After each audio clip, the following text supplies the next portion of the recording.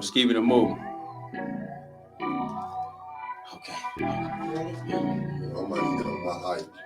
All that stuff. Yeah, doing that 5 minutes like I turn them doing 5. So is this? Am I in a good right here? Got some dogs. I just have my notepad in case I'm gonna write something down. Fli-City come off authentic. We light it up like sauce in the sauce in the soup. We light it up like sauce in the sauce in the soup. Fli-City got some dogs in it. Fli-City come off authentic. We light it up like sauce in the sauce. Say he running from. Hey, We light it up like we have to talk to him. So we talk about. Rain may come, we cover for us, cover charge. Pain come in, we force ourselves to be strong. Hey, bring mama the water. Northside snow, prison beds, and I'm back. Every time you on. Representing Fli-City. I opened it up, I started drinking and I thought it was mine.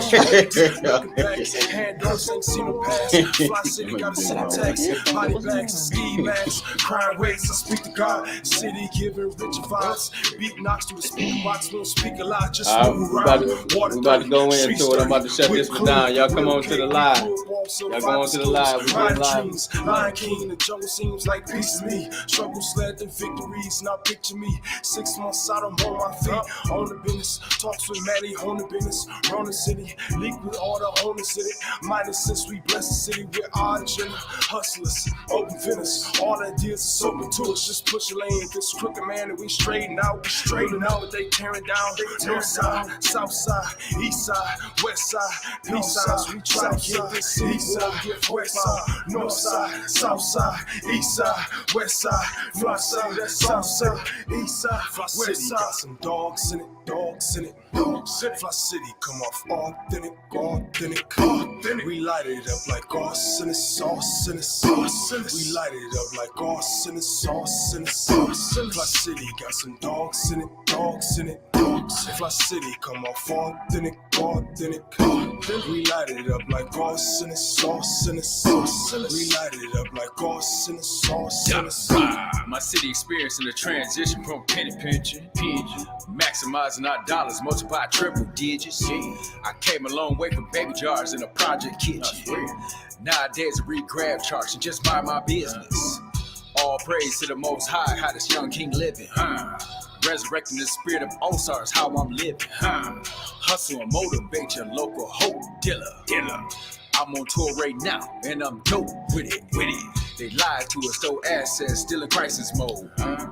Water warriors like 1,001, we will not fold. I'm sick of fugazi leaders and career politicians. The father said, people perish due to lack of vision. It's time to rise, Black Lives, baby, it's on the flow. Bet it back, no 9 to 5, only 10 to 4. A city of monsters, a bunch of go-getters. We don't rock with starters, we too authentic. Authentic starters, we too authentic.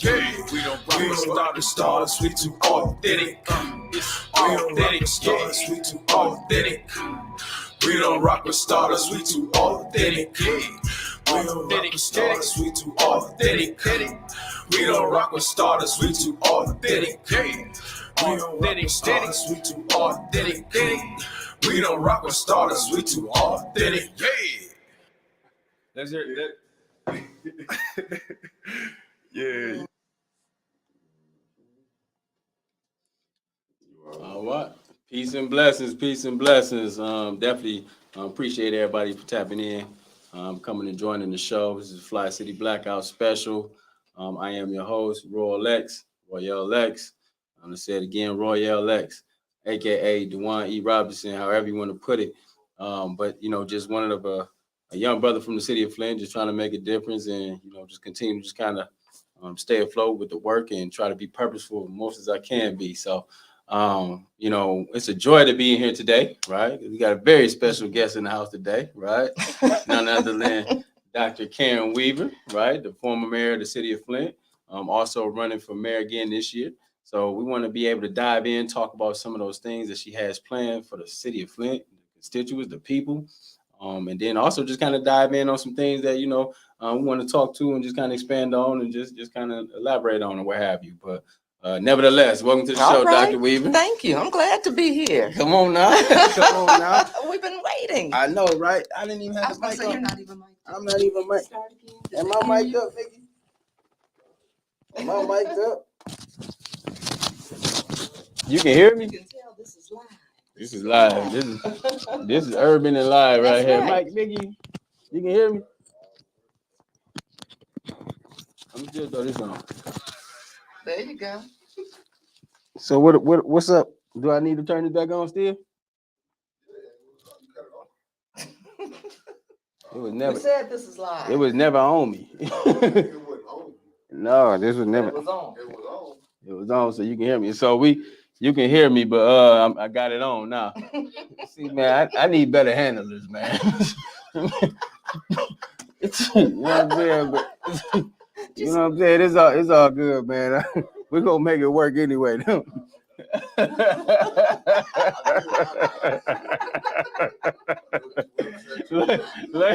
Lady is sitting on the porch and sitting right here.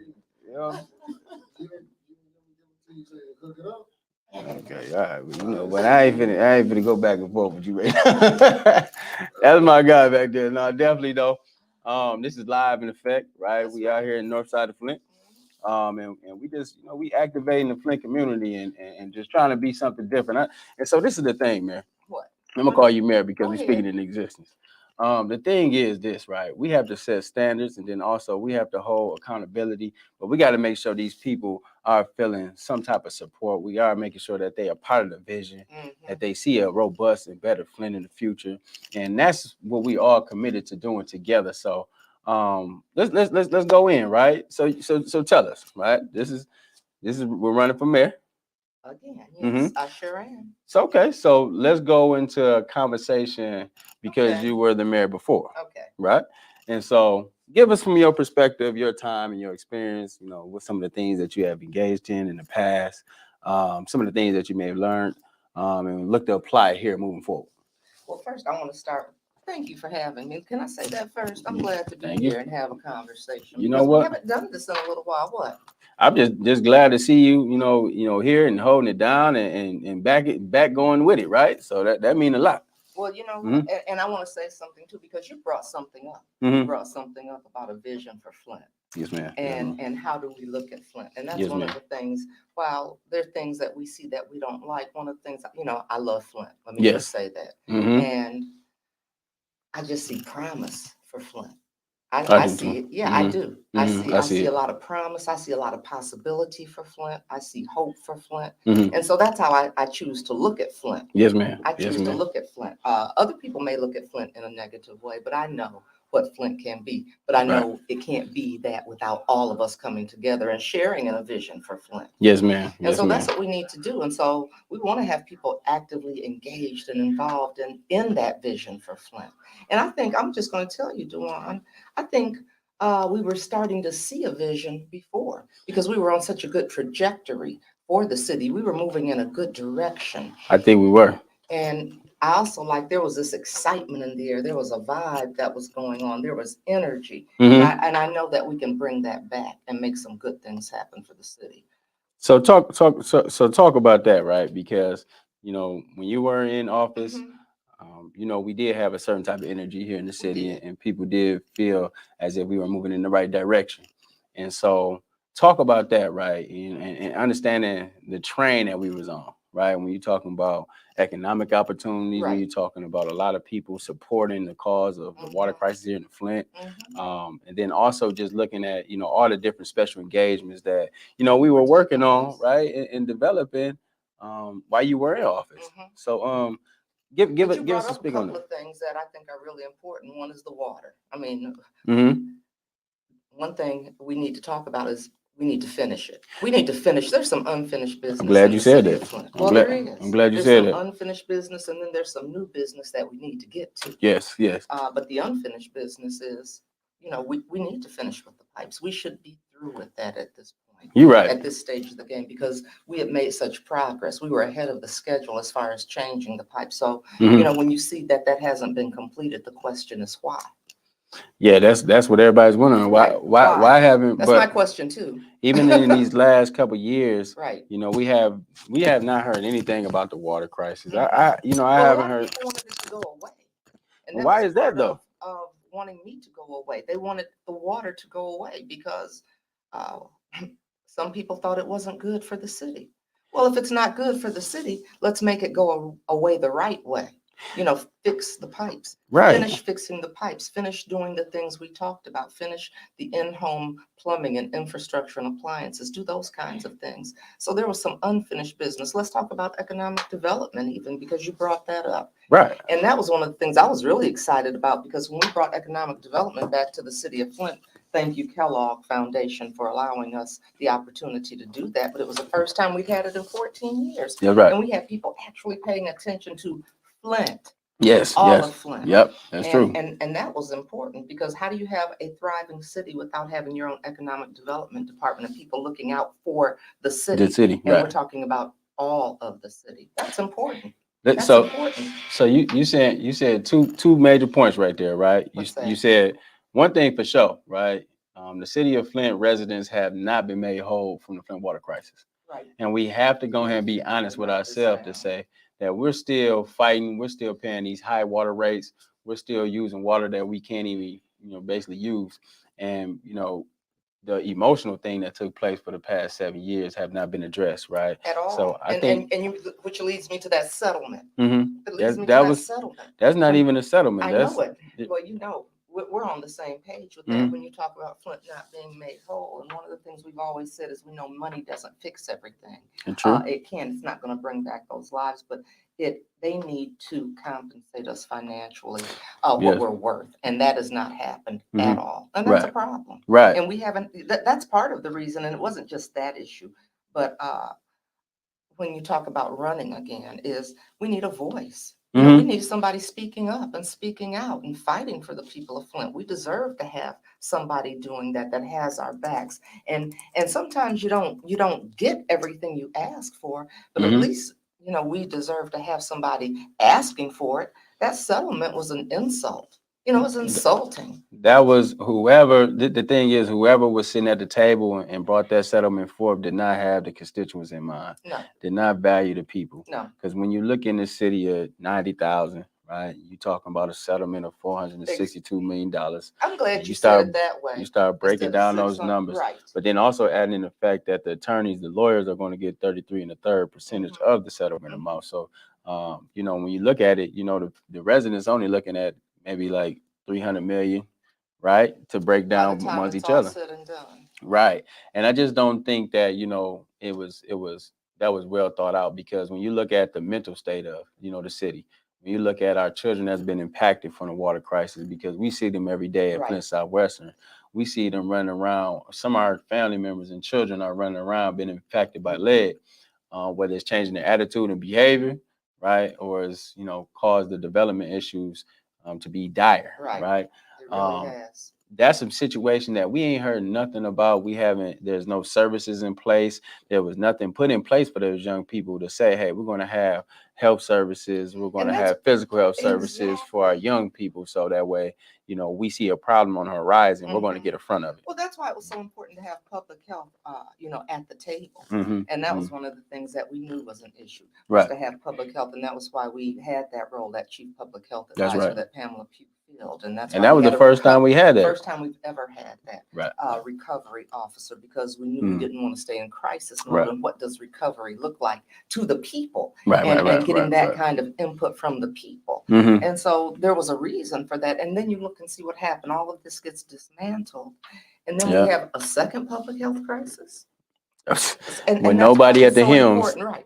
Right. Well, okay. Nobody's at the helms to really have or develop a plan. Exactly. Right. Okay. Exactly. And that's a problem. That's a problem. Mm-hmm. And one of the things we knew was, with the crisis, you always have economic opportunity. Yes. Yeah. Because I'm going back to that. You always have economic opportunity. And that's why it was so important for us to make sure that the people from Flint and have had opportunity to those jobs that were coming through, because we know a lot were going to be created. Right.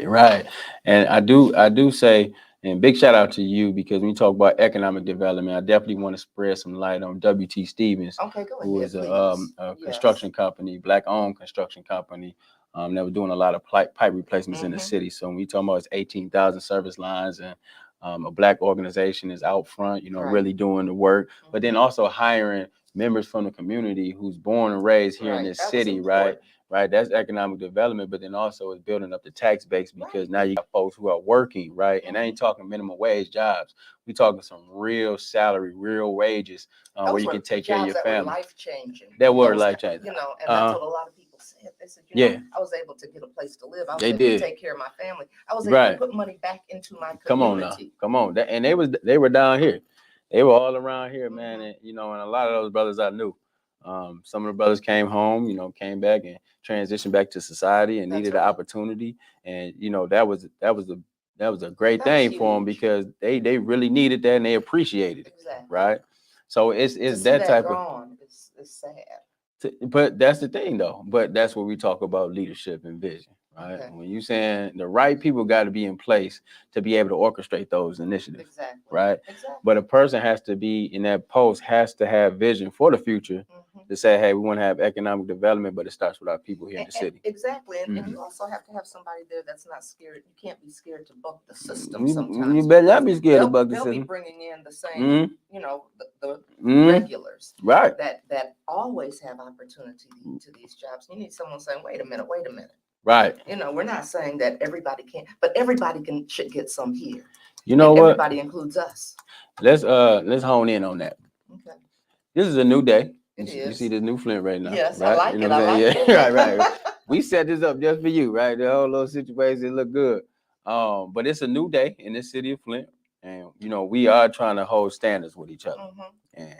And we're not talking about being scared, being timid when we come to these tables, whether we at the foundation, whether we Mhm. down at City of Flint, Right. or dealing with them same networks that always looked at us at a disadvantage or disenfranchised. Mhm. This is this, right?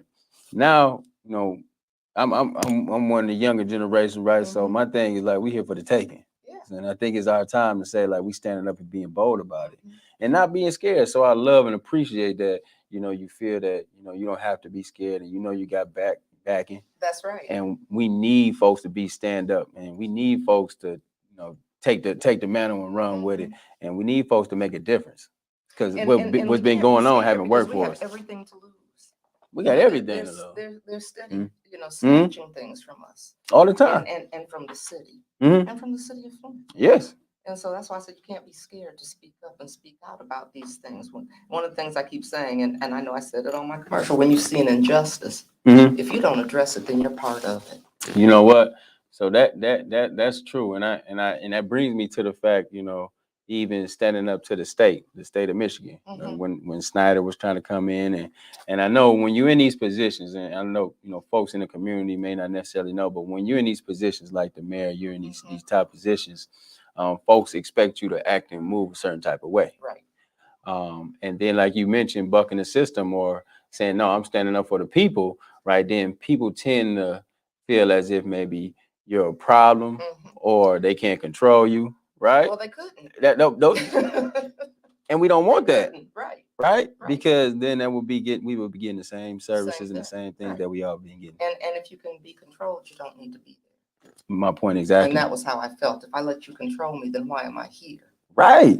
So when you got the power back from when Flint was being when we were under Mhm. receivership Mhm. and fighting for the power to come back to the mayor, to both co-equal branches of government, Right. the mayor and the city Exactly. council, right? So you was mainly fighting for that That to make was sure we one of had control.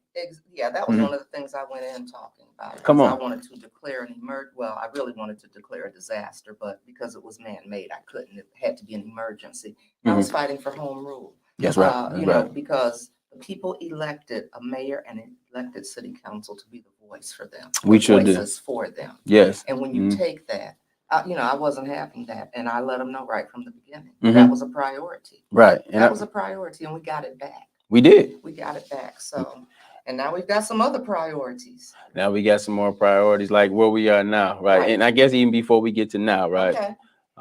So you were in office, you were doing your thing, you were generating a lot of flow. Mhm. You had a lot of special figures come to the city, and you know Yes. we appreciate everybody who came. And then you know I guess there was some opposition came, Mhm. right? You know, and I always want to speak to this for in us in our community, is ways of handling opposition, right? You know, even with us, we have to learn how to be able to communicate with each other, but then also put stuff on the table without dragging each other through the mud. And you know what was done to you remind me of what was done to Woodrow Stanley, right? When they put the recall petition on him, and the same thing when the community tried to put the recall petition. But the thing was, a lot of times the community get conflicting information. There was a lot of conflicting, and I don't even know if it was conflicting. It just wasn't true. It was just a lie. Right. Can I say that? So let's talk about that, because Okay. that was a real sticking point. And even when you look at some of the conversation that's going on in the community now, i.e. Flint politics, right? I'm saying when you look at these different conversations and all these different pieces, people can take a bit of a piece of information and maybe fake news, right, and run with it, right, and make it just and reality. try to make it real again. So let's talk about it. So what was that all about? Why this is the thing? Why you're a beautiful spirited person? Why would why would somebody in our community? Why would we do that to each other? Now that's a good question, but Willie Lynch is alive and well. Willie Lynch is alive and well. That's a real thing. I can that's probably why. So tell us, I just want to get your take on what you were, what happened, what you were feeling, because that's a disappointment too. It was a huge disappointment. Okay. And I'll tell you, somebody asked me, what are some of the things I would do differently? Well, I'll tell you, one of the first things I would do differently is address a lie. Because when people lie on you and you don't address it, people begin to think it's true. That's right. And so I'm just going to say Mayor Neely was telling people I was stealing money. I'm going to just call it out, said I was stealing money.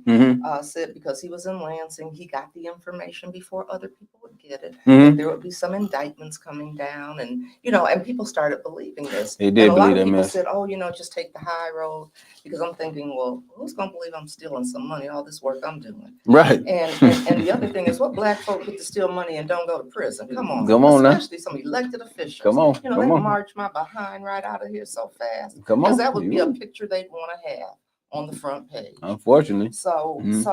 But I didn't think people would believe that. Right. But those were the things he was saying. Is there indictments coming down? I'm down here with the AG and everybody. I'm getting this information. Yeah. And so people started. He was saying I couldn't believe this though. I'm blew back because the level that people was the low levels people were stooped to. Right. And shame so a people person. didn't start believing that. And it was interesting because I was telling somebody else, people didn't know everything I had been through as far as the FBI coming in and investigating that story. See, I don't think a lot of people, the community may not know about that. Yeah, the FBI came in, they investigated and said I hadn't done anything. Now, the FBI would have taken me out of there. After we had the FBI come through, we had an independent investigator come through. Had the same findings as the FBI, that I hadn't done anything. It went third time it went to a federal judge. All of this information was presented to a federal judge. The federal judge threw it out, said I had not done anything. So you had the FBI do investigation. Yes. You had the independent investigation, and then the federal judge had the investigation. So you got 3 layers of investigations going on. Okay. Yeah, go ahead. Do your thing. There was one more layer. There was a 4th layer. It felt like you got the RICO on. It was a lot. And so they appealed it, and I can't remember. They were able to bring it back for something. So, a lot of people said, why don't you just settle? I said, because I didn't do anything. So they expect you to settle and you ain't did nothing. Right. That's like taking a plea and you ain't do anything. Right. And so I wouldn't settle. Okay. And so I said, well, let's just go to court. We were going to I had to go to federal court, and it was a trial by jury. Okay. So that went on for a couple of weeks. And it was a jury we had 8.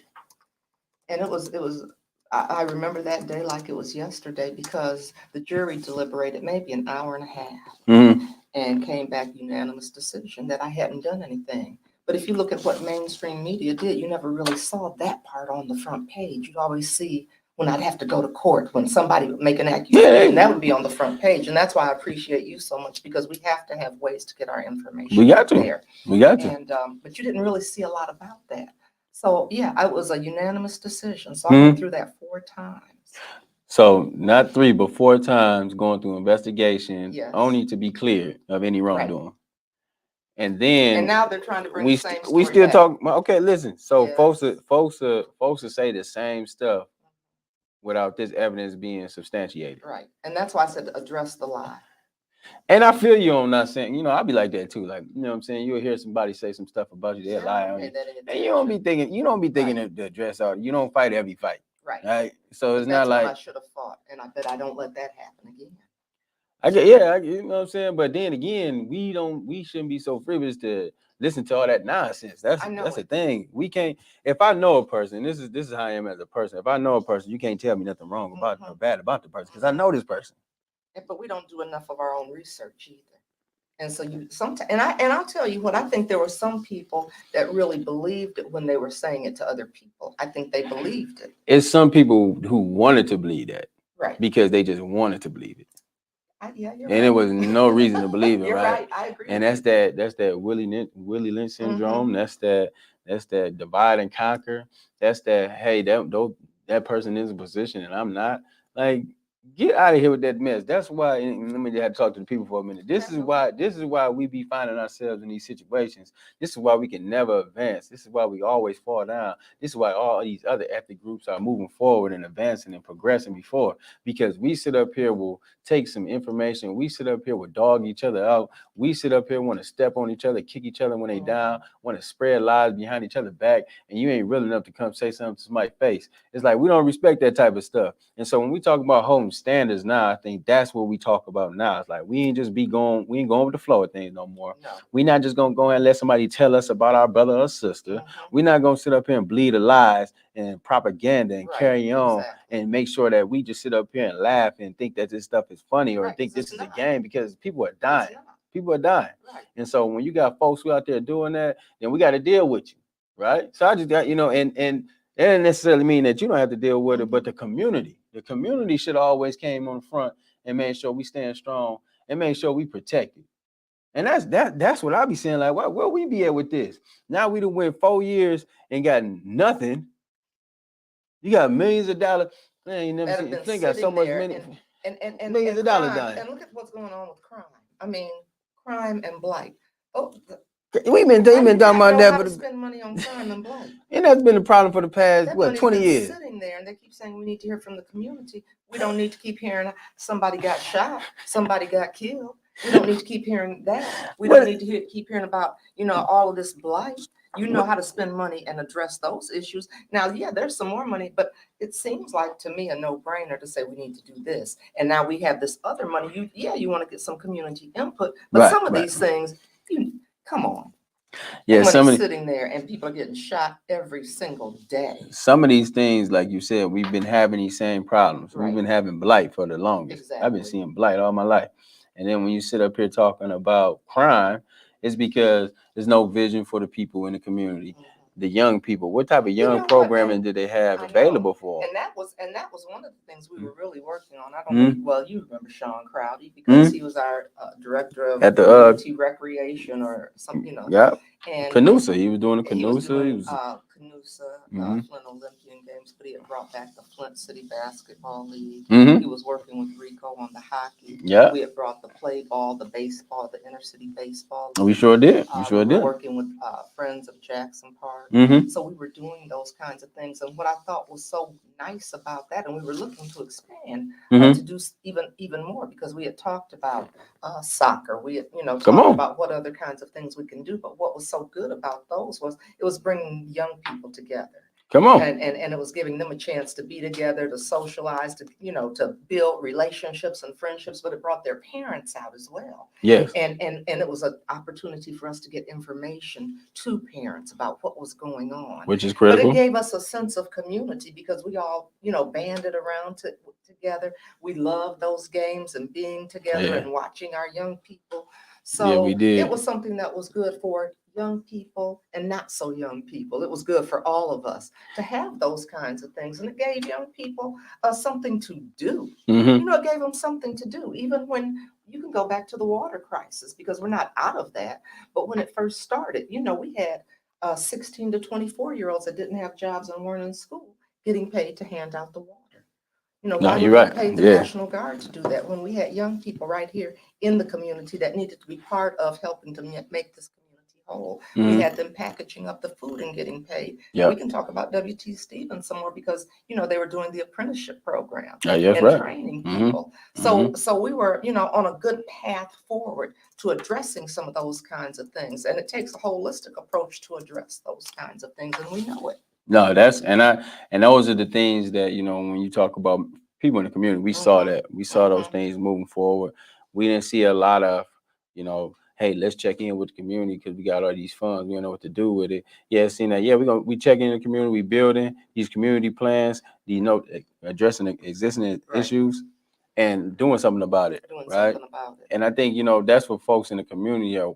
They miss that. But, and because there are certain things that even if we don't like each other, everybody deserves. Everybody deserves to be in a safe place. That's true. I mean, everybody deserves clean water. Mm-hmm. But you look at it when we were. I know when I got there, Flint was always between 1 and number 5. It'd be Flint, St. Louis, Detroit, Chicago. We just what high crime? Yes. Oh yeah. Okay, it's your turn to be the highest today. Okay, tomorrow Flint is you again. That kind of thing. In a matter of one night. Exactly. But we got out of those top 5. We got out of the top 25. Let's hone in on that. I mean, that was huge. That was huge. And you didn't hear a whole lot about that. But listen, that was vital.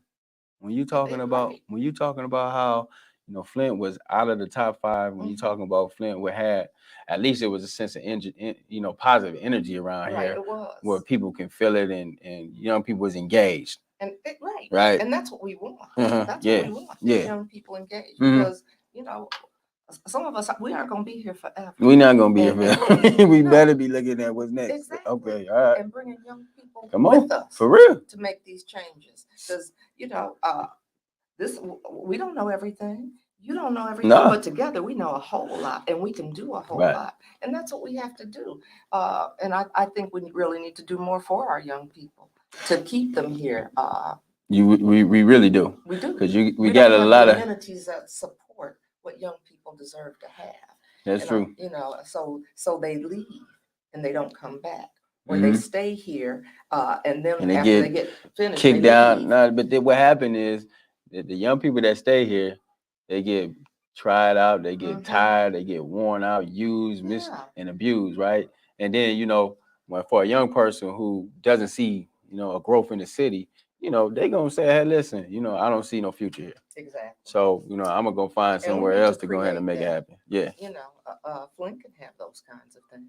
And I do believe we were on the move to having those kinds of things because, like you said, there was an energy, there was an excitement, and Flint had gotten this respect that we deserved. Yeah, we did. We did. I'm not even gonna hold you. Okay. Them was some good times. I ain't even gonna say them was some really good times. When we were running around, and then too, I think I give y'all a shout out, man. I just loved how the administration and how y'all was moving, and just it was just a look to it, man. Phenomenal women, just getting to it and making it happen. And my partners in Detroit would call me about that. So it's a thing of perception, that was here, right? Exactly. And I'm just talking transition to now, right? You know what I'm saying? This feel like we got a dark cloud over us. I'm just gonna be honest, right? It feel like this community is divided. Like this community feel like we've been gut punched again. This community been lied to. This community been ran over, and then now folks is asking us to come back and vote again, right? This is the perception of folks is in the inner city in the community, right? They have been so tired of what's been going on for the last couple of years, and we just sick of it, right? And so I just got to talk with current administration, right? This current administration, man, you have felt this on a number of occasions, and I'm not just saying this because Mayor Weaver is here. I tell you this to your face, and you know that, right? So this is the thing, right? We have to be honest with self and say, if we're not gonna do the people right, we need to get out the way. You know what I'm saying? I do. And that's for you folks on city council too. You know what I'm saying? Y'all sitting up there, you go for 8-9 hours. Everybody, 1 through 9. We sit up here and we ain't making sense, and we sit up here voting, and we send this back to the committee, send it back to the council, and nothing gets done. We got dollars on the table, and we ain't making sense.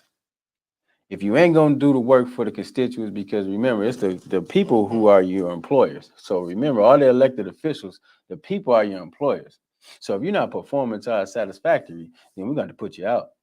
And I think, And that's why we're supposed to be here for the people. And that's where I'm saying for us as people, as us who vote, who whatever it's that 10 to 17% that come out every year, right? And that's an atrocity in itself. That should tell you something right there. Right. We are not interested in none of this stuff. But to be honest with you, for us as people, we got to get back out there. We got to go vote. We got to make sure that we hold these folks accountable. We can't just let them go work off and do the things that they want to do, and we ain't seen them for 2 to 4 years. Right. It just ain't gonna work no more. Business as usual. That's over. That. Right. So when you have somebody that you can connect with, that's willing to come to the table, that's willing to come out of the office, that's willing to sit down with you and talk, that's willing to hear your concerns as a concerned parent, concerned citizen, concerned youth, concerned pastor, whatever you want to call it. You need that ear to the street. You need that person who's going to really hear your cries, but not only just listen to you just for the sake of an open door, but they really want to know how they can help you out. Right. We're not getting that with this guy down there right there. That's just not happening. And everybody in this city know it. Everybody in this community know it.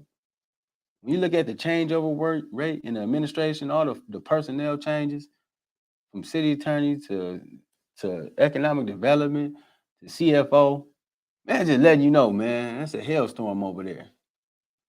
It's time to change this. And I'm saying for the people, it's the people that's gonna have to make the change and make the stands. So moving towards now, the people are calling you out and they want you to come back, right? Because we tired of this stuff. If you've been, it's like a relationship. If I've been done wrong, so I want my old girl back. You know what I'm saying? this new chick, this new chick got a line. She got a line right now. You know what I'm saying? I don't know what's wrong with her. I thought the grass was greener. Man, I'm not ready to cut that grass, right? No, I'm cutting that grass, right? And I'm going back to what used to work for me, right? If it's not broke, if it ain't broken, they say, what's the old saying? Don't fix it, right? If it ain't broke, don't fix it. So, right? So we come into another election cycle, right? We had to discount the last, you know what I'm saying, because we ain't getting nothing done. But now we have this new way, right? And we want to bring you back. We need that type of energy right now more than ever. We need to get back on that path that we were on 4 years ago. Okay. I believe we can. If I didn't, I don't think I would be here. We've been having this conversation, but I do believe we can, because one thing, I know nobody's perfect. No, yeah, that's true. Nobody's perfect. So sometimes you said, "Oh, I wish I had done this differently," or "I wish I had gotten to that." But one thing I know is we laid a great foundation for some good things to happen for this city. And that opportunity is still there. And so that's why it's important. And that's why it's important we go in there right now and get this. Right. Because I told you, I said, I believe in Flint. I believe in the people here. And I know some good things can happen for us. I believe that. But it goes back to what you said as far as having someone that's going to speak up, someone that's going to fight, somebody that's going to take Flint to all of these different tables to make sure we know about the resources and we bring the resources back to the city of Flint. Yes. And somebody that has a vision for Flint. Yep. I mean, if you don't believe in something, you're not going to put the effort and the energy into making it happen. You're not. You just don't. You're just not connected. And and so you have to have that if you want to see true change. No, I believe it. So going to the fact of you've been there before, give us some things that you learned from your season before, right? Give us some things that you learned. Say, hey, listen, in the vein of nobody is perfect. You know, everybody gonna make mistakes or whatever the case. So even us people, don't be coming in here and expecting people to be all perfect, sanctified, like they ain't gonna do no wrong. That's crazy, right? I can respect a person who acknowledges their wrongs and say, listen, man, I shorted you on this one. I failed on this line, right? Let me try and make sure I make it up, right? I can respect that. So we can't even hold nobody accountable to being perfect. So we learned some things in our last run. What did you learn? Besides one of the things I was talking about already was to address misinformation immediately. True. But also communication is just so important. Critical. It is. It's critical. And we know that an uninformed community or a community given wrong, bad information, that's dangerous to us. And so making sure we're communicating with the people on all different levels, because you want to embrace all of the different ages and just, I don't know if it's populations, I can't think of the right word, but we want to make sure we're getting the information and the message out to everybody. And we know sometimes we have to go to some other kinds of media outlets to be able to do that. You sure do. And who you can work with, because a lot of times our message has been shut down as far as communicating with the people. So it's like, okay, we learned a lesson there. Yeah. And so making sure you can get your message out and bringing a lot of different people to the table. We need to have a lot of different tables. Because everybody's not going to sit at this table because the table's not big enough. Some people are going to need to sit at a square table. Some need to be at a long table. But we need to have all of these different avenues and ways to communicate with people and going where they are. And so that's one of the things is it was, I don't think we did a good enough job getting our information out there. And while I know some of it was people shutting us down, but that's a lesson learned. Like those media outlets that play favoritism, right? That only share certain stories, right? The people are astute to that. They see that. They know what type of game is being played. So you're right. You do have to take that message straight to the community sometimes. And getting some more partnerships. It was hard. There were a lot of things that that were still going to happen. But you think about it. The first year you're under, it's an emergency. So we're under a national spotlight, and the priority is we need to be able to drink some water. Start getting these pipes changed. First thing first, right? Second year, not only was all of that going on that we talked about, but recalls. Every time I turned around, there was a recall. So it's really, tell me how you feel about that, though. When you're really working on behalf of the people, the city, like you're really working, and then you wake up, there's a recall on the table, like. What's your first thoughts? Like, what do you think? Some of it was kind of unbelievable. It's like, and here we go again. And you keep fighting people and trying to get things that we deserve to have. I know. And you get beat up again. I know. And so that part was hard. That was hard. Speak on it. And say that another thing is being communicating about that. Telling people how you felt. Man, especially I know when big stepping out here for our people. And then it's people that will do their hardest, right, to turn me down and turn me in, right? You'll be mad as hell at these people, though. No, I'm just saying, you gotta be. I'm just saying, being honest, though, man. I'll be mad as hell at these folks sometimes. And sometimes I was, but one of the things is, since I haven't been in office, I've had an opportunity to reflect. Okay. I've had an opportunity to talk with a lot of people. Oh, good. I've had a lot of opportunity. Did you cuss them out? No, real talk. Did you pull them to the side? You probably nice with the cuss out, man. I ain't gonna. You probably didn't whoop the kids when they was young. Well, they'll say, threw a shoe at us. But she was a good. My grandmother used to shoot. Come on now. I didn't got hit with a couple. But I've had an opportunity to really talk with a lot of people. That's good. Because a lot of people didn't know everything that was going on, because they don't. You just don't know everything going on. Real talk. And so I've had that opportunity to talk with a lot of people and clear up some information and that's good. Have some good conversation. That's real. And I believe in that. Right. I've appreciated that. And let me say to the adversaries, right? Anywhere, right? It's always commendable and respectful when a person can come to that same person who try to, discount them, talk bad about them, right? Disrespect them, and you still come to them and tell them what you feel. And be honest and being real and just not even looking for confrontation, but to communicate. Exactly. And well, let's talk about something that needs to happen in this city. Unity. Oh, and if I was hoping we was going to those people, come on. Then how can I be an example to unite if you did this to me, I'm not going to talk to you. I mean, you at least give the opportunity. You may still not end up not talking to them because you fake. Come on now. But you have to. At least you gave them the opportunity. That's what you thought happened. That's not what happened. This is what really happened.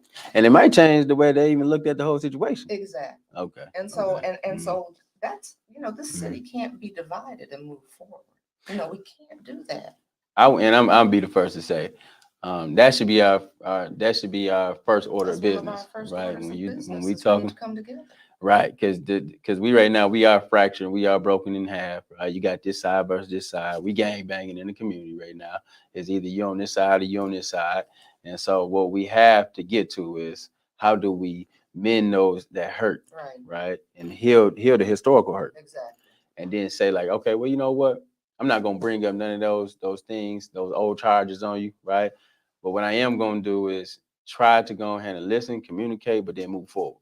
Because at the end of the day, we're not doing it just for us. You know what I'm saying? We're trying to set the tone for the next 20, 30, 40 years. Exactly. And that's gonna cause for us to really, do now, expect us to be better together right now. And you just brought up another good point because, and that's why it's important for people to come out and vote because the decisions that are being made for some of them are short-term decisions, but it could be 5, 10, 20, 30, 50-year decisions that are being made. Mhm. And so, I was talking to some people that, younger than me, or a lot of people younger than me. Mhm. But I was saying, we're making decisions not just for you, but about your parents, about your kids. You Yeah. need to be at this table. You need to be part of this decision making. Mhm. And don't let other people just make decisions for you and about you. Come And on. so that's why it's important to have people that will represent the best interest, and represent our best interest, sitting there at the table leading. So, and that was a call to, all our community members. I know we get tired of folks hearing or coming to us and asking us to vote on things that we may not even, know what's going on or care for. But this is the time for us to be very interested. And I always say this, like, if you are unsatisfied with the circumstances, then get involved.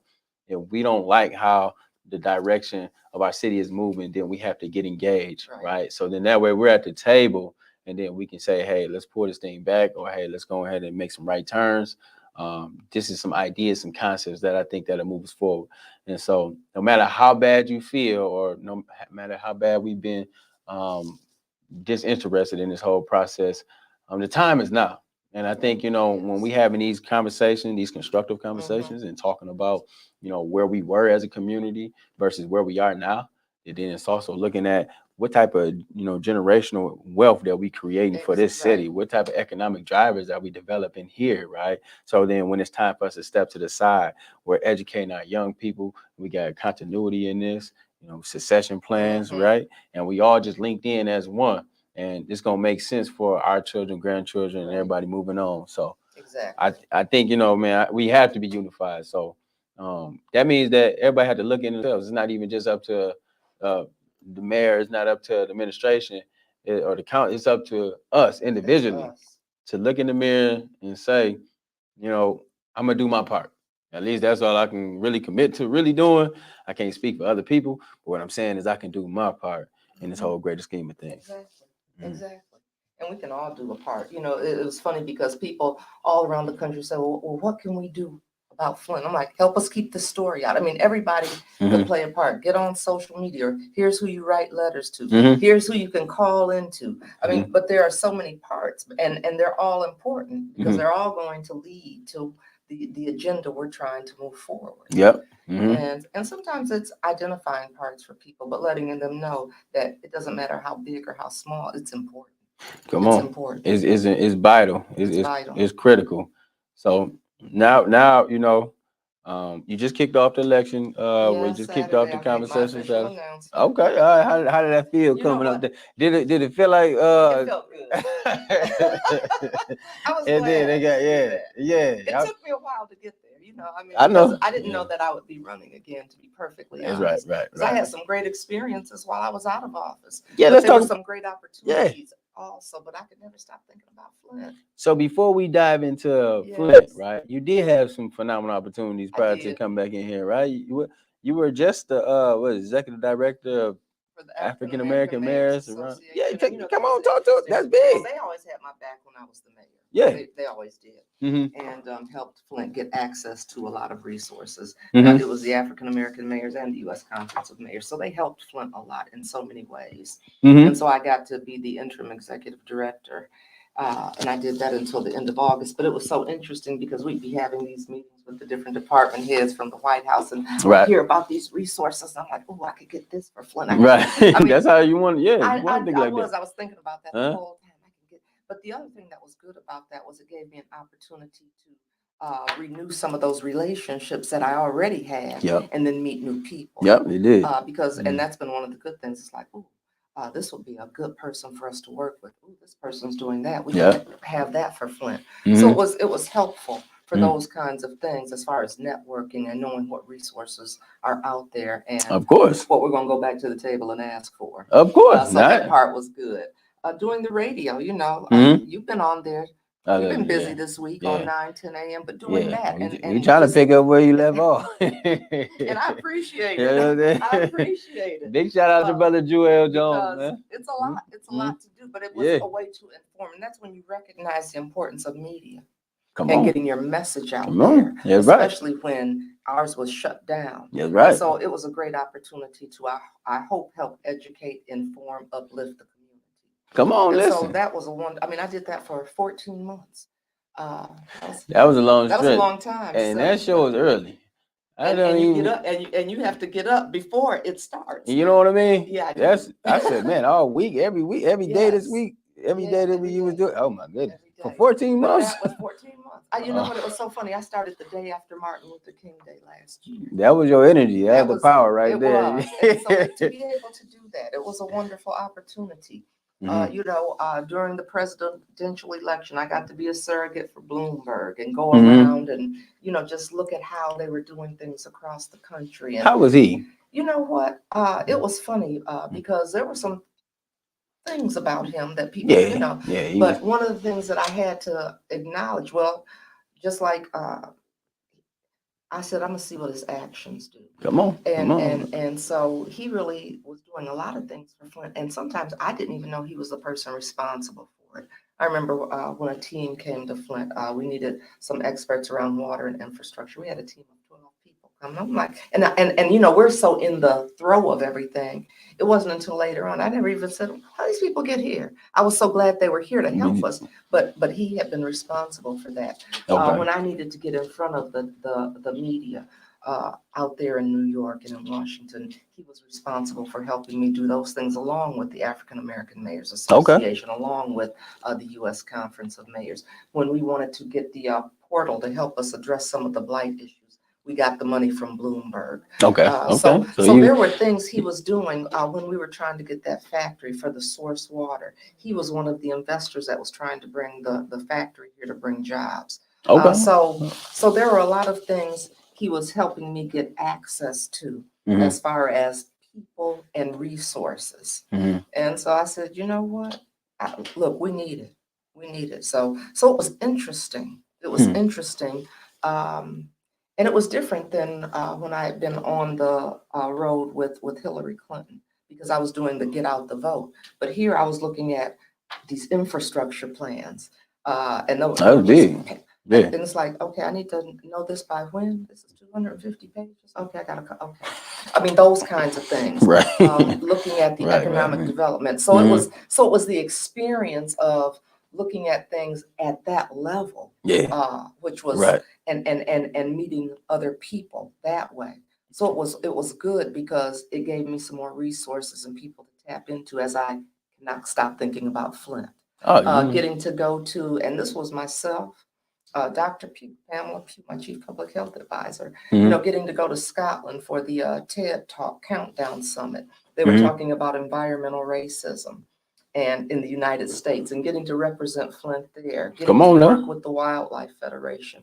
It was some wonderful opportunities and experiences, and I hope they've made me a better person, a smarter person, a more informed and connected person for going back into office. Come on, see, and that's kind of where I was going to go too. All these different experiences has actually gave you more ammo, right? You know, to come back in, to be able to continue to do the work and continue to be able to be more effective and efficient. I do believe when he led that. to Flint, right? So it was good. It was good, and it gives you a chance to just sit back and look and see what's going on in the city. Well, you know what? I'm What? glad. I'm glad that you came back to the city, right? And then also with all this new profound experience and Mm-hmm. information and things to say, like I see what was going on in New York. I see Mm-hmm. what's going on in other cities around America. And these are some of the things that we need to implement here in Flint. I mean, I was just on the phone today with somebody that is working with the Department of Energy, out of Washington, and said, "Okay, stay in touch with me because here are some of the things we're doing, especially around when we talk about technology and broadband and that kind of infrastructure and what's available. Okay. And some of these things are free. You just have to know about them and who to talk with." That's a question I was going to ask about the broadband, Hmm. right? Yeah. Because one thing for sure, we've been working in the schools, Hmm. and some of those families do not have internet, Right. and Or they so have sorry, janky internet. yeah, like real talk, like the building, right? But just in general, but just in general, right?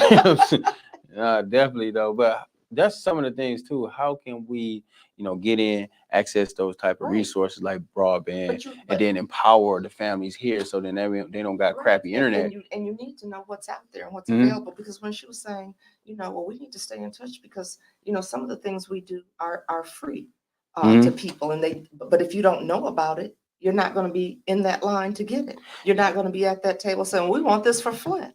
And that's what Right. you have to do. And it's interesting because I know sometimes people say, "Well, she's gone a lot," but you were gone because you were at those tables asking for things for Flint. It's like, I want this in Flint. Hmm. We need to have this in Flint. Right. Can you come to Flint? Right. Those kinds of things. Yeah. And so it's important to be at those tables, to bring those resources back and to let them know why Flint deserves to have them. And it was what was funny to me was a lot of things we were starting to get. I thought, you shouldn't have to go through a crisis to get these things. These are things that communities, that kids and Automatically. families deserve to Right. have if you want a healthy, thriving community and city. But if that was how I was gonna have to get them, that was how I was gonna have to get them. But now it's knowing what's there, and yes, come to Flint. We need this. But So you need somebody at the table that wants to work with the people as well. and that's a dual purpose, right? Mhm. You have to be able to take the needs and the wants of a community and see exactly what we need, then go Mhm. sit at the table to be able to convey that message. Right. And bring them here and too. bring them back to the community. Come here, come to Flint and see. Right. Come to Flint and see. And people would come here and they'd be surprised when they get to Flint. Why? And because people have such a negative perception of Flint. And Okay. so they see it's like, come, you come to Flint, you meet the people in Flint, you Mhm. walk away feeling differently. Yeah. Because We some really good people. we sure are. We just get a bad rap We get a bad sometimes. rap. You know what I'm saying? Mhm. But people would come and then they want to do things Right. for Flint. Or I know when I go, I remember, in fact, I was at one of those Bloomberg conferences and they said, "We are so glad you came because we're going to continue to, do some things for Flint and look out for Flint." But it was taking that story to them because, Come on. they got the resources to be able to do those kinds of things. Come on now. So, and one of the things I learned is philanthropy, they like to be at the table, but they want to make sure their money's going to be spent the right way and it's going to be impactful and make a difference. And so, it was how do you engage them and bring them in, because they play a role Mhm. as well. And so it was engaging them. Philanthropist. Mhm. So I noticed during the water crisis, during that vibe, we had a number of philanthropists that came in, Yes. and they were, coming in from all around the country, and it was contributing towards the cause, right? Yeah, they were. It was just going to not the city of Flint. What the And heck that's was what that people about? thought. Yeah, what And was I that don't know why about? people thought the money was coming to City Hall, because had the money come to Flint, you would have seen it go before council. Money Right. doesn't come to Flint that the council doesn't vote on to accept. So when folks are donating money into the city, it goes to They didn't oh, send it to Flint, to the city. they A sent it lot of to, the money went to the community foundation. It would go to right. the Red Cross. It would go Mhm. to the United Way. It would go to, all of these other different entities. Right. You'd hear it would go to the Flint schools, but it was going to the ISD, so it was going to organizations. No Mhm. money ever came directly to the city. And it's funny because a lot of people thought, even when we got the 90 million from the settlement that the concerned pastors did for pipes. And then we got, it was 90 something million, 100 million from the federal government to change the pipes. But they didn't say, put it in our bank account. We had to do the work and get reimbursed. So a lot of people thought all that money's in there. It wasn't. So we'd submit an invoice and get the money paid out, right, for reimbursement. So, right. So that money didn't come to Flint. The only time we got money in the city of Flint was finally when Kellogg gave us money for economic development. That was the first time any of that money came straight to the city. Big shout out to Kellogg. Yeah, big shout out to Kellogg and Lejeune. We need other big nonprofits like that, philanthropists like that working with us in the city. Exactly. Not just being on one pony town. We do need to diversify our income. And she liked the direction we were going, and she gave us the money for the city of Flint. But we didn't get 3 million all at one time. It's like, okay, well, here's 750 to do this part, and as you do this, then more will come in. Right. But all of that other money that came, it went to organizations. So what did the community foundation do with all that money? I don't work. You don't work there, yeah. You know.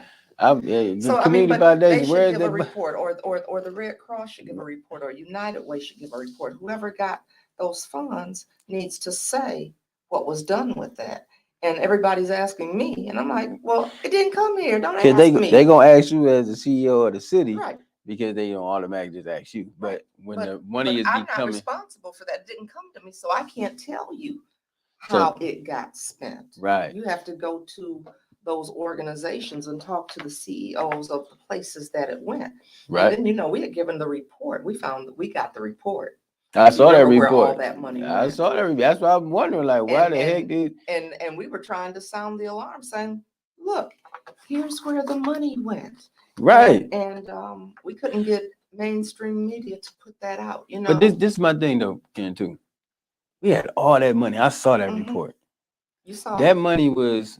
I don't know if it was restricted for Flint or how it was sent or whatever the case may be, but that money went to everybody else other than impacting the city Flint's residents. Right, and we got none of it. That's right there. That's frustrating. And I saw that going to Lansing. That's what I was saw that going to contractors and all these different line items that didn't even have a description. Right. So that don't. And had we not had someone like a Steve Branch, who had been the city administrator, he went into their website, and he's really savvy with it, and he was able to see. Wait a minute, this is where that money went, or where did this money go? It says XXX or NA. That's what I was confused. That was confused. Yeah, that was confusing. That we have no explanation as to where that money went. So just so it's clarity for folks understanding, the money didn't come straight to City Hall. And then the mayor said, the current mayor said, oh, I was on MEDC board, so I helped give that money out. It didn't come through the MEDC. It was through, they have another board that disperses the money. So it wasn't coming through us. Nearly be lying anyway. You might be listening to what Neely be the strategic development fund or some. It was a separate board that distributed that money. Yeah. And so people believed that I was on the board that was saying, well, send the money to the Capitol, send the money to Uptown, send the money. The Capitol got $30 million. The Capitol got $30 million out of that too. And I wasn't I wasn't part of that. Yeah, and I was upset. I mean, it was just like No, keep going, because I'm living. I was just upset the fact that you got all this different flow coming in, and everybody else benefiting off of our demise. Right. That's what it felt like. Well, that's what happened. Why? And that's why they were so upset, because we busted them.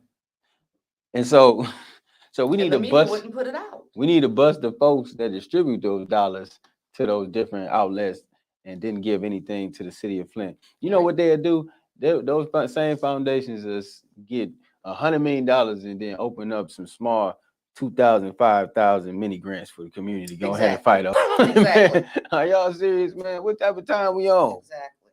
Yeah, that's got to end. Or they'll say, well, we're going to give you 100,000 this year, and then you all figure out how it's going to sustain yourselves. Right. Yeah. And we get happy with them. We get happy with them. We don't even demand to say, hey, let me see that annual report. Where you spent that money at? Right? It's been 3, 4, 5 years now. So we need the last 10 years of your annual reports. And we need to compare and contrast and see where those dollars went. And why did you send those dollars there? And I think that's a force that the community has to take. So it wasn't on the behalf of Mayor Weaver and administration. It was foundations and organizations and agencies who receive those dollars and distribute those funds. Right. So we have to go, when you Chamber follow got the money, I mean, all of them got money. all of them got money, but we get the money. So So I called them out about it. mhm. I said, if you think you spent the money in a good way, just tell the people. Yeah, they ain't Say, telling I nothing. thought it was helpful. This is why we did that. And I thought it would be helpful for the residents because of. Yeah, they never said And nobody that. wanted to, and they wanted me to take the fall. Well, I guess I did because people believed it. And I'm pissed about that. I mean, but people believed, I mean, it's easy to believe a lie. There was one told on me, and you know who told it, as far as I gave myself a raise. And you just saw the process as when council just got their raise. The compensation board does that. If I was going to give myself a raise, why would I wait until I'm getting ready to leave to do that? I know that's right. I can't give myself a raise just like council can. I mean, how much sense does that make? That's right. How much work as I was doing? Isn't this the same guy that said he's going to get that money back? Same guy. But did he give it back? That was crickets, right? Yeah, you supposed to come with some special effects or something. It was silence. That was our effect. That was. But that I gave myself a raise. I can't give myself a raise. Right. And it's for a compensation. Him to say that, and having been on council for however long he was on, he knew that wasn't the process. But people bought into. She gave herself a raise.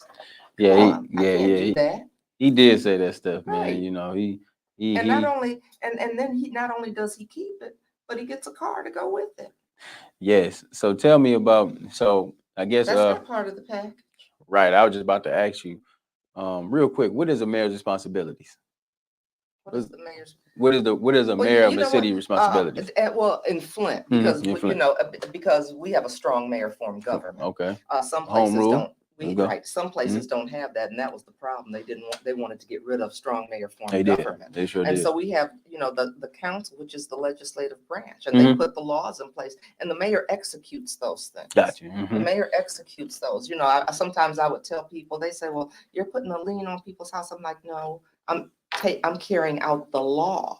But council can put the moratorium in, and then I can carry that law out. See, but it was also to be the spokesperson for the city, to be a visionary, to be a leader. Yeah. And that's not what is happening. Right. And that was to be a voice for the city, to say you're not going to treat my people this way, especially with what we were dealing with. I mean, we were in a crisis. Usually you're doing day-to-day responsibilities and making sure a city is running the way it's running, being fiscally responsible, those kinds of things. But in a crisis, you need to be the voice for the people. You need to be a leader for the city. You need to speak up and say, I'm going to demand some things for the people of the city because this is what we deserve. Right. And make sure you're doing that. And at the time that I was mayor then, it was also making sure we were being financially responsible because we were under emergency management. We sure was. And that goes back. I don't know how people thought I could do this stuff with the money. There were so many eyes on the money in the city of Flint. It wasn't funny. You should always, and that should be always, we should remember that. Like, she's very limited in her power to be able to do anything. And like you said, we was under receivership when you first came in. The R-tab. You had multiple layers. There were so many layers. Yeah, you had to go through. Yeah. But then also kind of going into digging them layers. Yeah. We had down there early, who was emergency manager. And then Natasha Henderson came in. Yes, she did. Right. And I remember her briefly. She was here running around for a while. I wish I could say it was brief.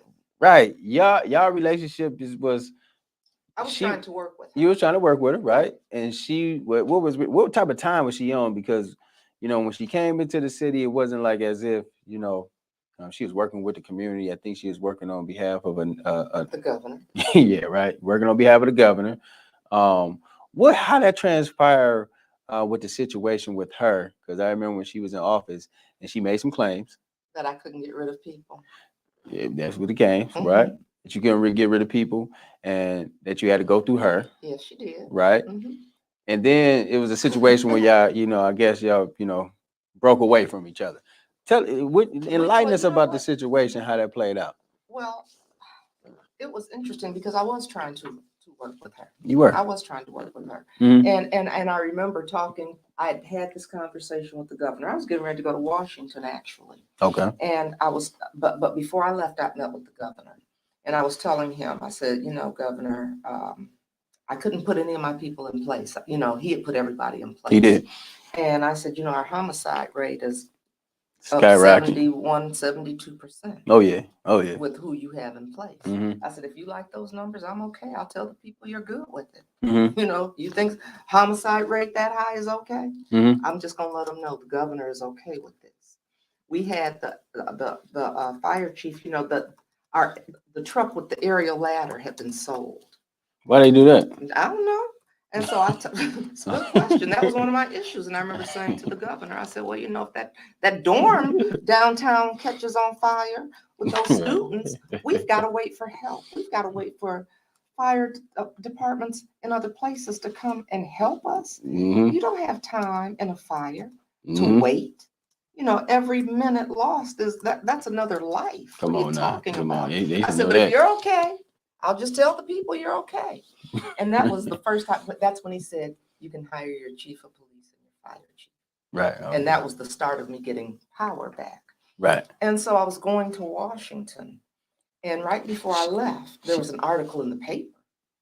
And that's when it outlined, it laid everything out about who knew what when as far as Legionnaires. Them emails. Yeah. And I'm up here trying to reestablish trust. That's right. And when I saw that she knew a year ago, and you didn't open your mouth and warn the people, you let people die. You let people, physically damaged and die. That's right. And you didn't say anything. I can't build trust like that. And so, but I was catching a flight the same day this article came out. And so I went to Washington, and I was talking with some people, and they said, what are you going to do? I said, I'm waiting to hear from her, because at that point we were talking and I never heard anything. And I said, I don't know that there's an explanation, but I'm going to let her. Right. But I want to hear what she's going to say. And I heard what we just heard a minute ago, crickets. And so when I came back, that was when I got rid of the police chief, fire chief, Natasha Henderson. So that was a wonderful day. That was Tolbert, Henderson, and who was the fire chief? Cox. Yeah, all y'all had to go. You know what I'm saying? Y'all didn't mean the city no good anyway. You know what I'm saying? But the thing is, you try to work with people and pure altruism, right? And try to be genuine. I was trying to work. Yeah, this was another Black female. That's what I'm saying. I was trying to see if we can work together. And that was a good way of going about it. But when that happened, that was a breach of trust. Right.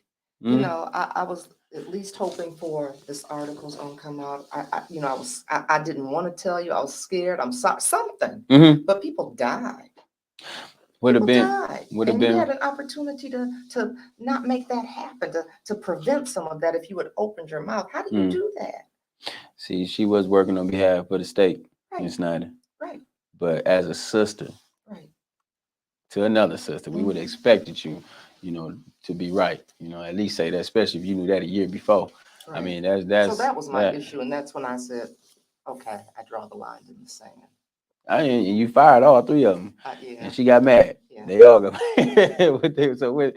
Of course, people get mad when you fire them. I ain't even gonna hold you, right? You know what I'm saying? I've been fired before. But they didn't care that they came in and took our voice. They didn't care that they came in and took our democracy. They didn't care that they came in and lied to us that this water, it meets MDEQ standards. Well, those are outdated, and you're not drinking the water. They didn't care about people dying. They didn't care about damaging our kids. They didn't care about what happened to our seniors. They didn't care about people with compromised immune systems. They didn't care about these women having stillbirths and miscarriages. Yeah. They don't care that they don't care. So I don't care. You see what I'm saying? And that right there, that's what hurt, to be honest with you. You have to care about people. Especially if Legionella killed 8 people already and you just not saying something. And that's and I know we're running out of time, but I gotta go back to the settlement, because some things it takes time to find out what's going to happen.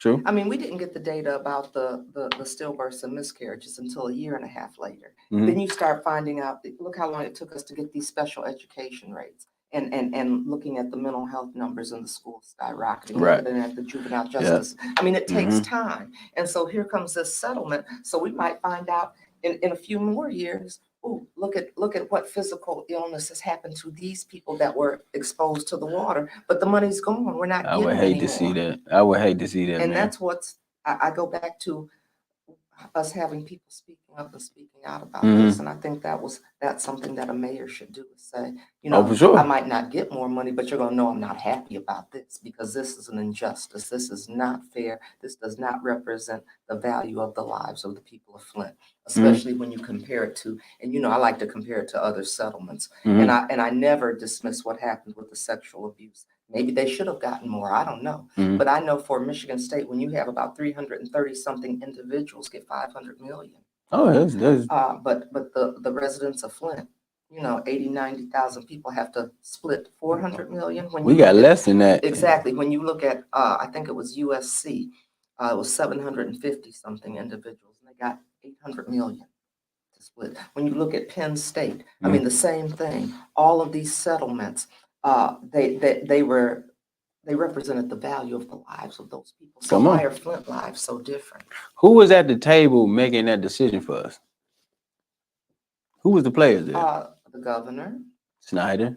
No, the current governor. This is the current governor as far as the money. Okay, Whitmer. Yeah, for this money. Same governor that Benton Harbor. But okay, let me go back to what we're talking about, because another black city got poisoned. Yeah. But it's the And big shout out to Benton Harbor. Exactly. My heart's with y'all. The governor is part of that. The attorney general is Dana. kind of said that was fine. The mayor, you know, I mean, it's your elected officials, and The same people that be meeting now and hanging and come to the Flint through the back door. Right? They don't never come out front in this community because they don't know what they might get. Right?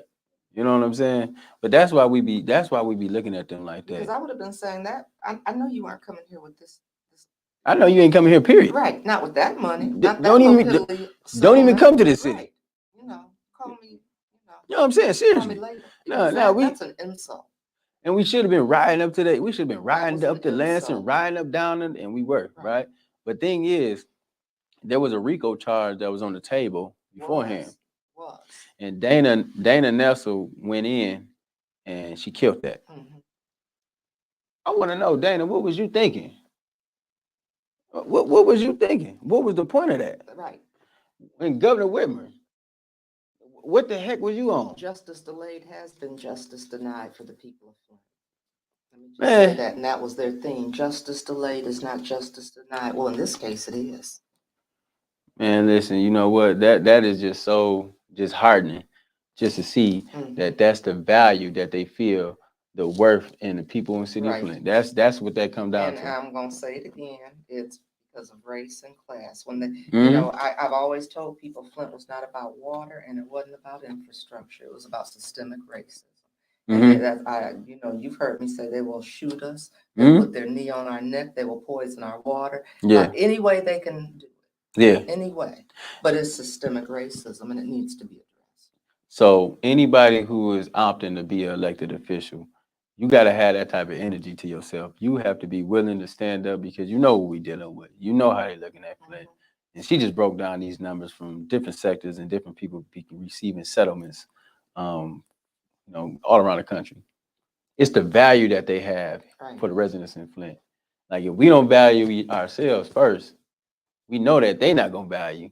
So if we don't do for ourselves, then we ain't gonna have nothing. So more importantly, we gotta have people in place that's gonna fight on our behalf. None of that goofy stuff that folks be on downtown, but this real fighting, the real conversation, the real eagerness to get to the table and say, listen, man, we gotta do right. And today we're gonna do right. We're not waiting.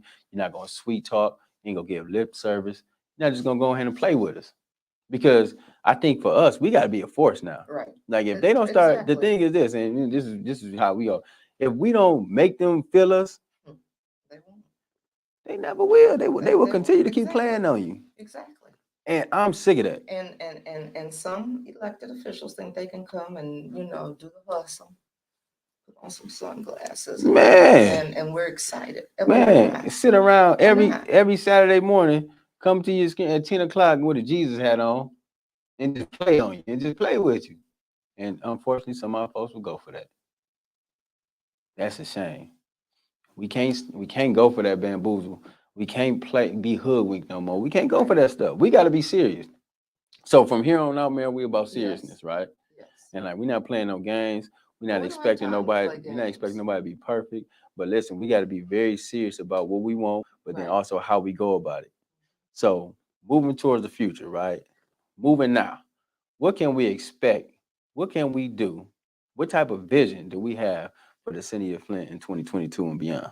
Well, some of it is some basic stuff, Mhm. you know, because if we don't take care of the pipes, crime, and blight, we're in trouble. You in trouble, So some right? of those things we just need to do. But I Mhm. think the future is exciting for Flint, you know, Mhm. and we can go back to Dorian Gray. What? He talking about not the gas station Jesus had. Yeah, the gas station Ooh, Jesus no, had. he didn't. Man, I'm like, No, man, I he can't. didn't. Why he disrespecting Jesus like that? And then you got the white Jesus back there too. Man, this is crazy. This is ridiculous, You know though. what? But You know what? I had it. But And I mean, then stop sending them birthday cards out to everybody, man. You know what I'm saying? You don't even know these folks. Somebody said that to me yesterday, but my grandkids had birthdays. They didn't get one. I bet they did. I didn't get one They either. didn't get one. You know what I'm saying? I knew he wasn't gonna send me one. You know what I'm saying? He probably sent me a water bill, but you know what I'm saying? You know what I'm saying? It's all good. I ain't even tripping. But I'm excited about some of the economic, really. I think, you know, the excitement that we had, we can regain it. You know, I know it. We're losing it right now. All right, go ahead. You on But- something. I just had to go ahead. Go ahead. You on But we something. did. I Mhm. think there's some wonderful opportunity, and I think Yeah. there's a lot around economic opportunity Yeah. and advancement Mhm. for the people in the city of Flint, for all people, Okay. and small business and entrepreneurship. That's important. Yeah. And we need to embrace them. Small business. You know, I'm a big proponent, big champion for small business. Yes. We have to have an incubator. I see the Ferris wheel doing very well downtown. But in this building right here, right, you got a number of black businesses that's been mobilized and working together, but we do it and we get it out the mud, right? Just think of where we be if we had some real love and support down here. And you know what? People And really building that's us up. something- Exactly. I remember Lynette Phillips, she was the deputy director. Yeah, I love Lynette. And we were doing some of those kinds of things. We had the small business boot camp going on. Yeah, She was doing some things. Actually, she was at Hallwood Plaza, and that's where a lot of it was going on. But we were supporting some of the small businesses and trying to do more in that area. And I hate to see that that's not there anymore. I hate to see that too. Yeah.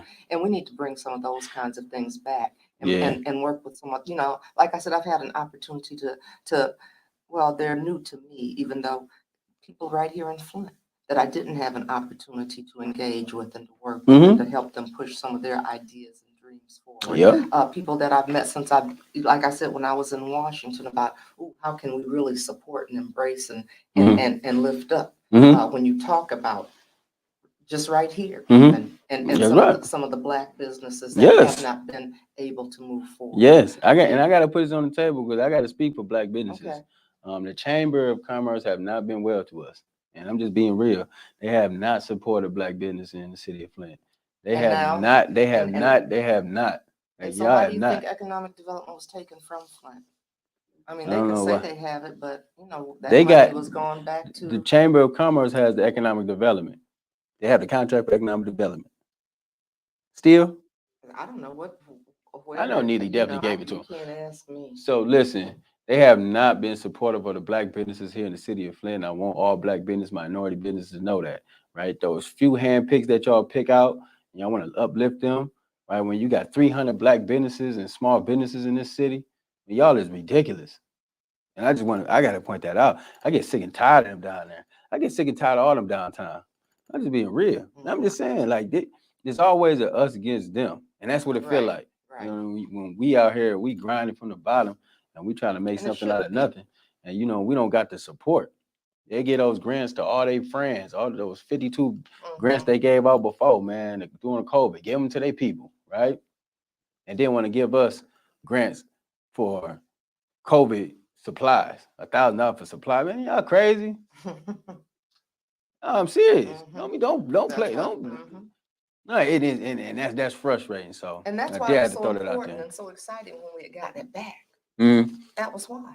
Because we had people that were looking out for Flint, not just a certain section of Flint, for Flint. Yeah. You know, Flint's made up of more than one area. Of course. It's made up of more than one area. I would love to see and we more need love. To value. Yeah. You know, I mean, well, you know how I feel. No, I mean, I'm just saying. I'm from the north side. Right. But I can talk about the east side. We can talk about some parts of the south side. Yes, we can. That they are just neglecting, that are being neglected. And there's no vision for them, right? I do want to give a vision. People prayers. I do want to give a big reverence to your father and mother, who were some educational champions here in the city of Flint. Education is a very huge thing for us. We can't be a college town if we don't pay attention to our public schools and our educated folks, right? So when we look at this thing, I appreciate Wendell Williams and then Mama Williams for holding it down and being true champions. So we understand how the education is very important to you and how they pass it down. And you and your sister and your brother was able to benefit from those things, and everybody else that come up under that, right? That has to be a key element when you're talking about education and economics here in the city, because then it impacts our public health and then also our public safety. Exactly. Right. All of those things. And they all need to fit together. They all need to fit together because they're important. I remember, you know, one of the things we know is while the city and the Board of Education have their separate governing bodies. Right. One of the things we always made sure is we were working with the schools. You know, and that was big. Yeah. Schools wanted to support them every single way we could. And sometimes I know I overstepped my boundaries, but I didn't, because I remember the state was going to leave. They weren't testing the water in the schools. And I reached out to the superintendent. I said, there's no way they're going to leave. And we keep saying our children are our most valuable resource, and you're not going to test this water at these schools and say everything is okay in the city of Flint. And so we spoke up about that, because I said that I know I'm not over the schools. I understand that. I'm not stupid.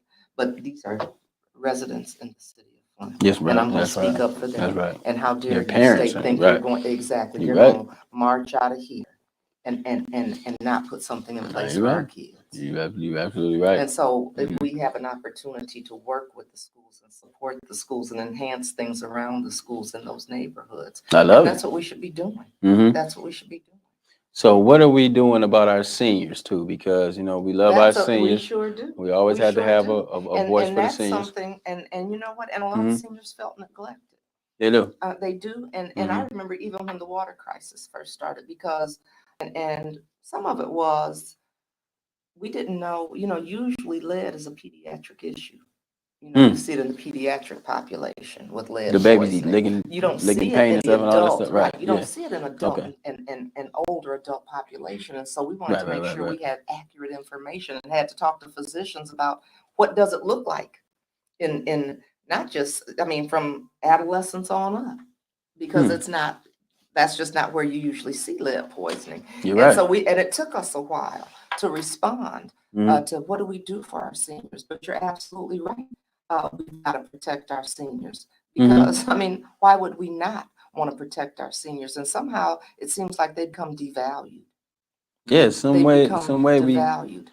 And how, so in form of a way, how do we, you know, continue to have their voice and their guidance and their seasoned leadership, right? Just like we reach out to other people, we go where they are. Right. We invite them where we are. Exactly. We make it easy. I mean, I remember when even something as simple as when we had the state of the city, it's like, no, we're gonna come get you all.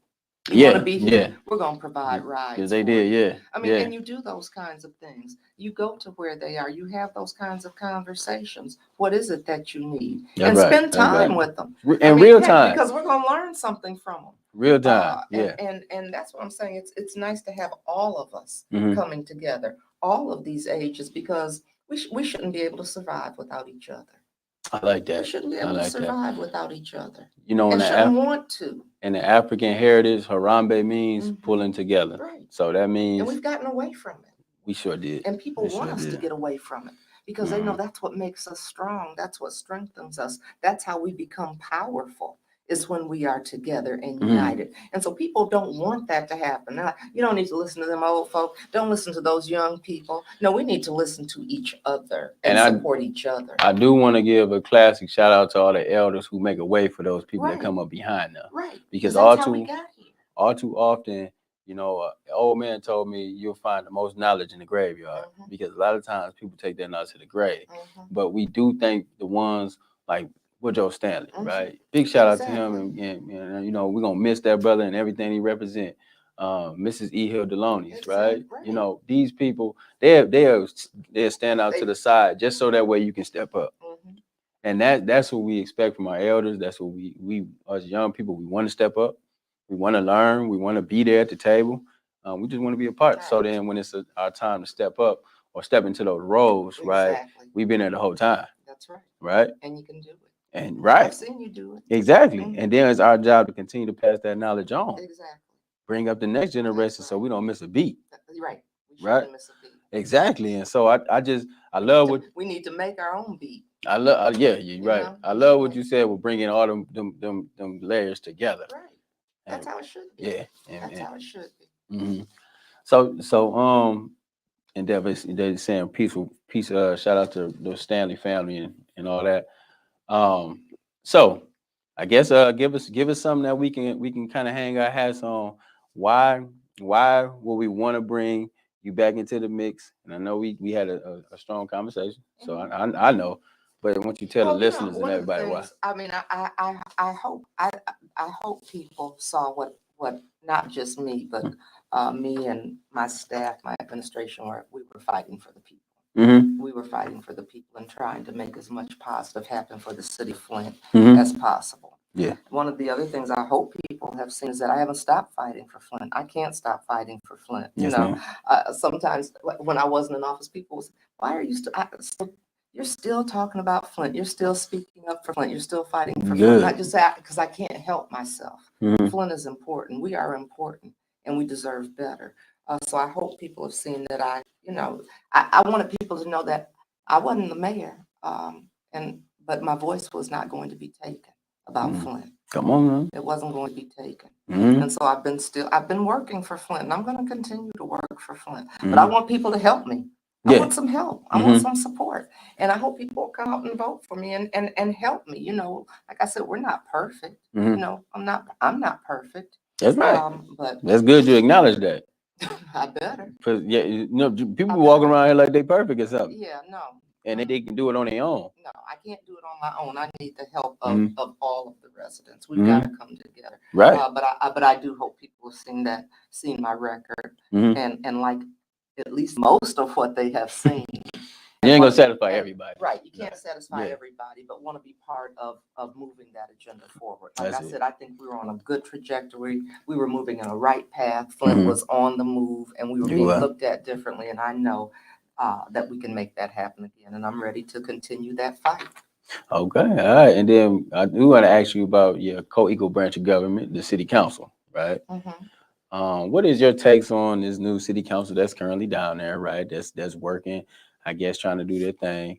What do you see? Because that plays a part, because that'll be your legislative branch. You have to work together. Right? You have to work together. And so it's a new council for me. This will be a new council for me. And so, you know what? I'm going to go in there and do what I believe I'm supposed to do. And you've got to give people opportunity. I talked about that with other people.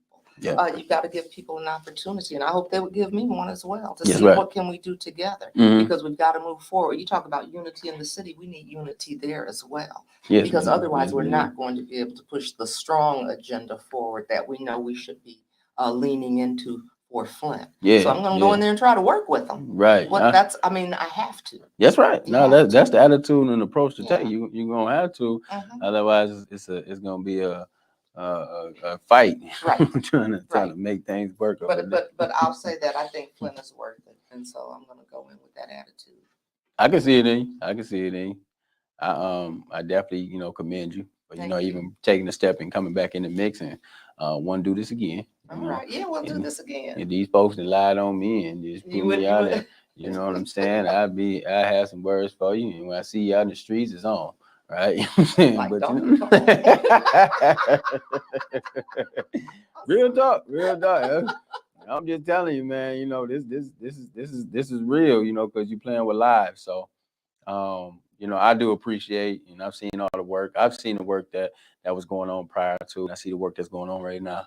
And as a community member, as a member of this city, I say that we have to have the right leadership in place at all levels, from our state rep, from our mayor, right, from our city all the way. council, They're from important. also from our Yeah. legislators too. You know, so all those things and pieces make they play a part. And so here we are. You know, it's in March. What next things that we got to look forward to coming from you, and what we can expect to see in the city? Well, you know, right now Mhm. we're just trying to get there.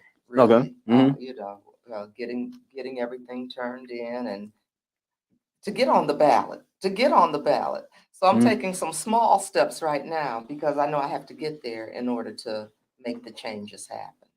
And so that's why I'm asking for people for their support. Help me get there. You know, I have appreciated the people that have come out, people that have signed my petition to Yeah. help me get on the ballot. And you need how many? You need 600. You need 600. Yeah, they right. lowered the number because of COVID. Right. So I'm working on those kinds of things because I know if I don't get there, it doesn't matter. It doesn't Come on. matter. So I'm right now I'm thanking people for their support and you know, and wanting me to come back. A lot of people have asked me to come back. All right. We got And one so of them that's shirts. important to me. We got one of them shirts. You didn't bring the shirt? I No. don't Okay. I ain't I bring don't this. have one. I got one around here. I thought I brought them in here. You know, they in the And building. so but I'll tell you what, I'm looking to get that done and get certified so I can really start talking about some Really get to things. work. Yeah, Okay. yeah, because you want to know you're certified and you're good to go on the ballot. Yes, ma'am. And then start talking about it because sometimes people will take your things. Right, it take your idea. I know Neely listen to this broadcast now, man. Don't be stealing these ideas, man, because we'll come get you. I know my people be in the back. Seriously though, man, you know what I'm saying? Be original, right? Nevertheless, we want to make sure our community come out to vote. We always talk about, we see folks in the chat, you know, you got all this love going on up in here. Man, I just want to just kind of stroll through some of this stuff. Like so many, I'm just going to, the fact of the matter is this, right? You know, we got work to do in the city of Flint. It's going to take all of it. We can't even just expect her to do all the work, right? It's got to be all of us pulling together, doing our part, you know, us who do work in the community, in the grassroots, and making sure we activate those small groups, right? A lot of times, those groups that's in the grassroots, that's on the ground, in the field, they get looked over a lot. They don't get supported. I would love to see them groups being activated. Right. Yeah. And really support it. Not saying a pat on the back, hey, good job, keep staying out there though, right?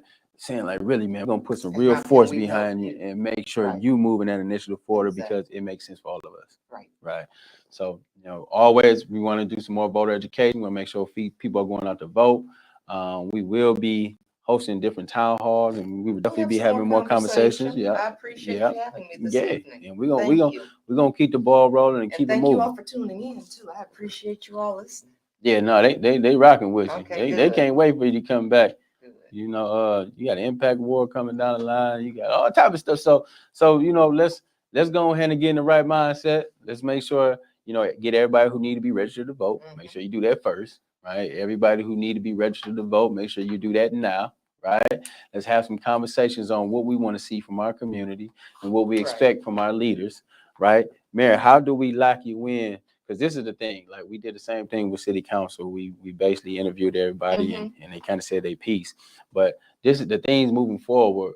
You know, we want to make sure that we tie in with folks and making sure that we locking in and ensure that, you know, everything that we say that we're going to do or we're going to commit to doing, right? So we want to make sure that the community knows that we stand 10 toes on what's being said. And we'll be developing somewhat of a community MOU or whatever the case may be, community understanding, right? Yeah. So it's some understandings and mandates of what we want to see as a community, right? And what we expect from our leadership. Exactly. And then also you can have mandates and say like what you need from the community, right? Where we played a part. There you go, right? That's right. That's how you tie it in. And then that way that binds us into something that's serious. So why don't you give us some last words, give us some shout outs, you know, go ahead and get them really, I need to give you one and say thank you because you helped me when I wasn't in office. And we were talking about 910, getting information out, getting the message out. And anytime I called you, you came on there. And I appreciate that because one of the things I said is we want the community to be informed. Yes, we ma'am. need us to be educated and informed, and you helped me do that so many times. Yes, ma'am. So many times, and those are when we talk about supporting each other. And you're still out there doing that, so I appreciate it very, very much. I'm coming on right behind y'all. And I'm you know, looking forward to talking to some Yeah. people. I'm Mhm. looking forward to talking to more people. I Mhm. really am. So, And like we I will. said, we sure will. We're gonna We're get gonna out keep there. the conversation going. We're gonna get out there. We do some community events. Let's get that same Some energy things. where we was out there running around. Alvin had the right. camera, right? That's right. And we We'll were just do it. doing events and stuff, just meeting and greeting, knocking on doors and really just, really like touching folks. And I Right. think, they missed that. I They miss missed it that too. type of flow. And they Yeah, I ain't miss had it that. too. So It's coming back. we're gonna bring that type of energy back. And you've been a phenomenal, wonderful guest. I appreciate the information that you shared and Thanks. shared insight on what you felt, during your time as mayor before and the history, And some of the things you we'll do learned. some more. Right. Yeah, And we'll do some more. we'll continue to keep putting that message out there and being the support. Okay. Yeah. Thank you. So we definitely appreciate everybody. Please make sure you subscribe to the channel, Fli-City Blackout. We Fli-City appreciate Blackout. everybody, and we appreciate everybody for tuning in. And we just want to be a voice for the community. You ain't always got to go to ABC 12 Right. or NBC 25, Flint Beat, and all that other stuff. You can always come to us. We got some information. We're gonna sit down with folks. If you want to come And in, keep it you want to real, bring some keep it information. real. Right? It's a smooth vibe, right? But we just want to get some real things, information out there. So we appreciate you. Make sure you subscribe to the channel, Fli-City Blackout. Like the channel on Facebook, Instagram, all that jazz. They be asking me to do the rundown. So That's right. then, Do the rundown. Thanks, Dewan. make sure you, when you see Dr. Weaver out in the community and you want to connect with them, make sure you build with a supporter, right? Ask her how you can help, how you can get Right. involved, right? What can you do to be a part or be at the table, right? Those type of things is valuable, right? And we're going to keep this thing alive and keep it moving. So once again, thank you, Dr. Thank Weaver, you. for coming in. Yes, I appreciate you and all the work that you have done for us. And we've continue got more to do. There you go. And big shout out to the team, Fli-City Blackout, the whole media network, right? Everybody who pushed this unit forward, everybody who plays a part behind the scenes, and everybody who's working towards making a greater Flint, man. We love you. We appreciate you. And we